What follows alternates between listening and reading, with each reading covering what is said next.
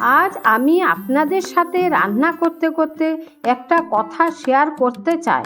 আমি একজন হাউসওয়াইফ।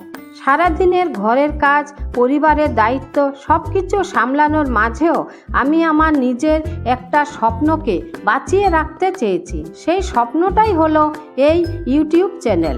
শুরুতে হয়তো অনেক কিছুই জানতাম না, অনেক ভুলও করেছি, কিন্তু ধীরে ধীরে শিখছি, চেষ্টা করছি। আমার বিশ্বাস আমরা যারা ঘরে থাকি তারাও চাইলে অনেক কিছু করতে পারি। শুধু দরকার একটু সাহস, একটু আত্মবিশ্বাস আর নিজের উপর ভরসা। ছোট থেকে শুরু করলেও কোনো সমস্যা নেই, কারণ প্রতিটা বড় কিছুই একদিন ছোট থেকেই শুরু হয়। আপনাদের ভালোবাসা, কমেন্ট আর সাপোর্ট আমাকে প্রতিদিন আরও ভালো কিছু করার অনুপ্রেরণা দেয়।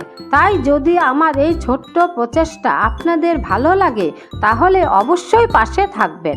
আজ বানাবো খুব সহজ আর সুস্বাদু ডিমের ঝোল।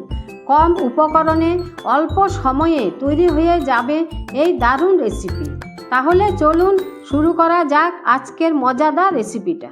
ডিমের ঝোল বানানোর জন্য আমাদের প্রধান উপকরণ হলো ডিম আর আলু। আমি এখানে 4টা ডিম নিয়েছি, তবে আপনারা আপনাদের প্রয়োজন অনুযায়ী কম বা বেশি নিতে পারেন। প্রথমে ডিম আর আলু ভালো করে সেদ্ধ করে নিতে হবে। তারপর খোসা ছাড়িয়ে হালকা করে নুন আর হলুদ মেখে একটু ভেজে নিলে স্বাদটা আরও বেড়ে যাবে। ডিমটা ভালো করে ভাজা হয়ে গেলে আমরা সেটাকে তুলে নেব। আবার একই কড়াইয়ে পরিমাণ মতো তেল দিয়ে দেব। তেলটা একটু গরম হয়ে এলে তাতে কেটে রাখা আলুগুলো দিয়ে দেব। এবার আলুর মধ্যে দিয়ে দেব সামান্য নুন আর হলুদ। তারপর মাঝারি আছে আলুগুলো ভালো করে লাল লাল করে ভেজে নেব। এতে আলুর স্বাদ অনেকটাই বেড়ে যায় এবং ঝোলেও একটা দারুণ ফ্লেভার আসে।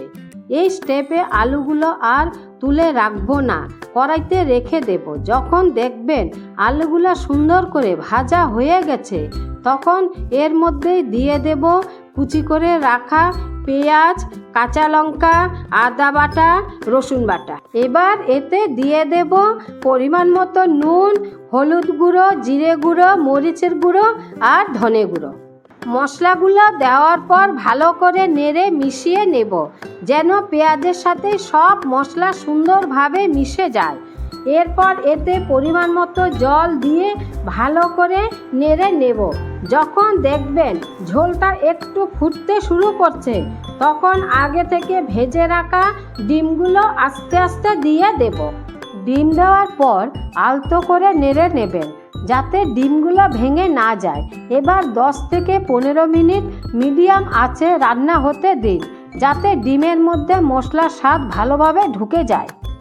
যখন দেখবেন ডিমগুলো ভালোভাবে ঝোলের সাথে মিশে গেছে এবং ঝোলটা একদম পারফেক্ট ঘনত্বে এসেছে তখন ওপর থেকে সামান্য গরম মশলা গুঁড়ো ছড়িয়ে দিন।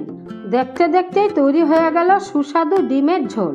এবার গরম গরম ভাতের সাথে পরিবেশন করুন এই অসাধারণ সুস্বাদু ডিমের ঝোল। এই রেসিপিটা একবার বানালে বারবার বানাতে ইচ্ছে করবে আর পরিবারের সবাই খেয়ে প্রশংসা করবেই। তাহলে বন্ধুরা, আজকের রেসিপি এখানেই শেষ। ভালো লাগলে লাইক, শেয়ার আর সাবস্ক্রাইব করতে ভুলবেন না। আবার দেখা হবে নতুন ভিডিওতে। ধন্যবাদ।